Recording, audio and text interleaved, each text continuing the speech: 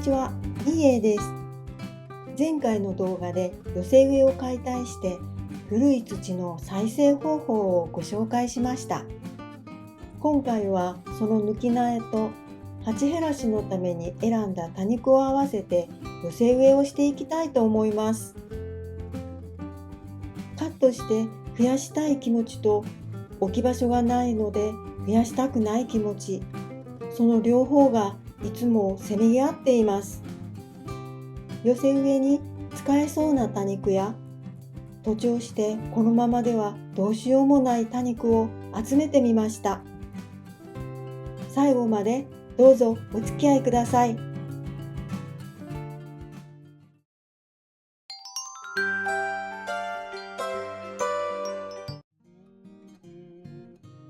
ご覧のような大きな鉢の場合は鉢底石を半分ぐらいまで入れるようにしています。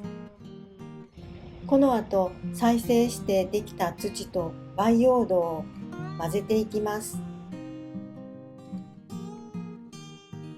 画面から完全に外れていますが赤緑です。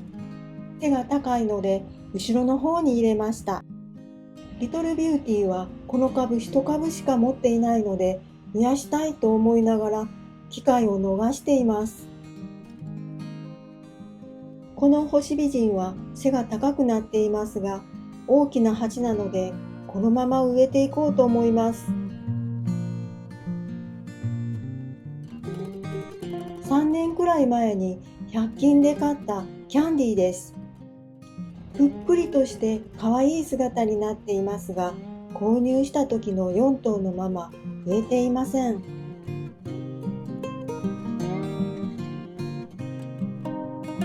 またカメラの外にはみ出しているセディフォルメ。中央に植えてみましたが、背が高いので、急遽カットすることにしました。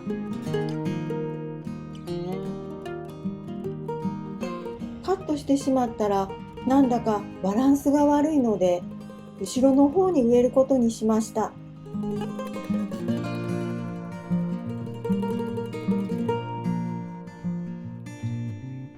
この苗もセディフォルメです。1ヶ月前のタニパトで黒い斑点がついているのを見つけてカットしたものです。リトルミッシーは毎年季節のいい春にカットして増やすのが恒例になっています。この鉢は去年の春作ったものです。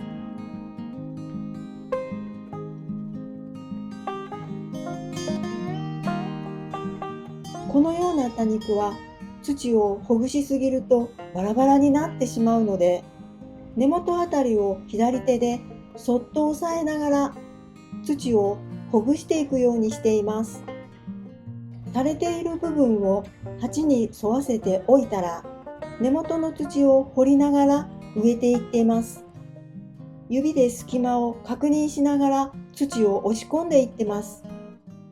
苗が浮いているような時は斜めからヘラを差し込んで土をかき出すとうまくいきます。今年初めての多肉狩りで購入したヒアリウムです。過保護にしすぎて徒長してます。カットするべきか迷いましたが、先端がもう少し立派に成長するまで待つことにしました。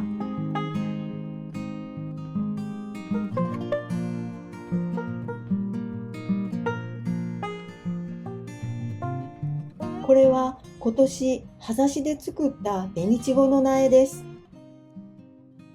5ヶ月前のタニパトでトレイにこぼれている葉っぱを見つけ植えてみました。この紅いちごも土をほぐしすぎるとバラバラになってしまうので、先ほどのリトルミッシーと同じ要領で植えていきます。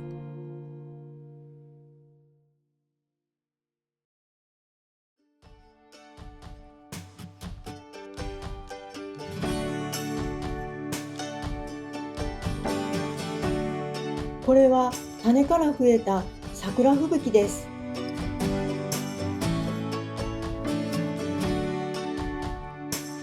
根が張っているのか、ヘラを差し込んでもなかなか抜けようとしません。力ずくで引っ張ってやっと抜けました。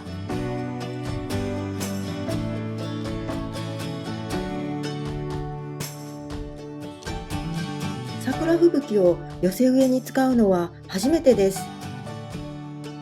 一緒に植えてあるのもあまり見たことはありませんが、何か問題があるのでしょうか。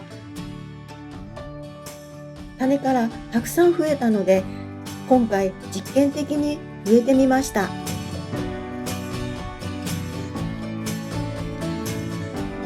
これは私が持っている姫秋麗の中で一番古い鉢です。鉢底から根っこが出てきてます。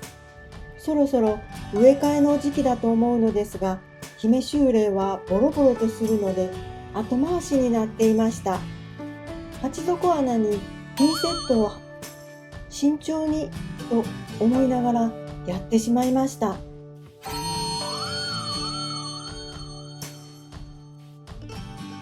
枝が2、3本折れてしまいましたが、思ったほど葉っぱも落ちず良かったです。昨日雨が降ったので土は濡れています。このままだと植えにくいので、割れるところはないかと探していたら2つに割ることができました。鉢の前の方に先植えてしまうと奥に植えにくいので、奥から先に植えることにしました。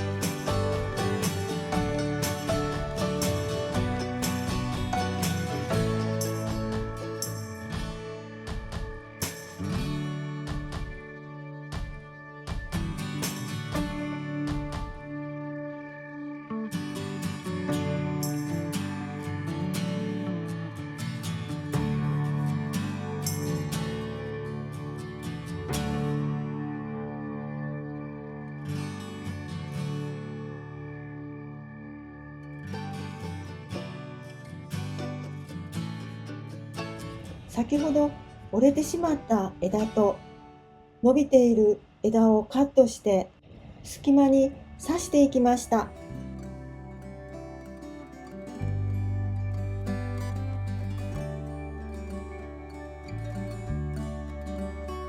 今回の寄せ植えで鉢を減らせたのは5鉢。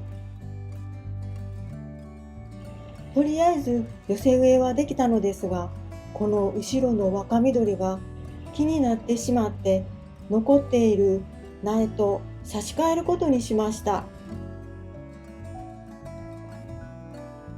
この抜いた若緑は庭の端っこにでも植えておくことにします。やっぱりこっちの方が私好みかな。一見ボロボロに見える姫秋麗ですが、これからきっと綺麗になってくれると思います。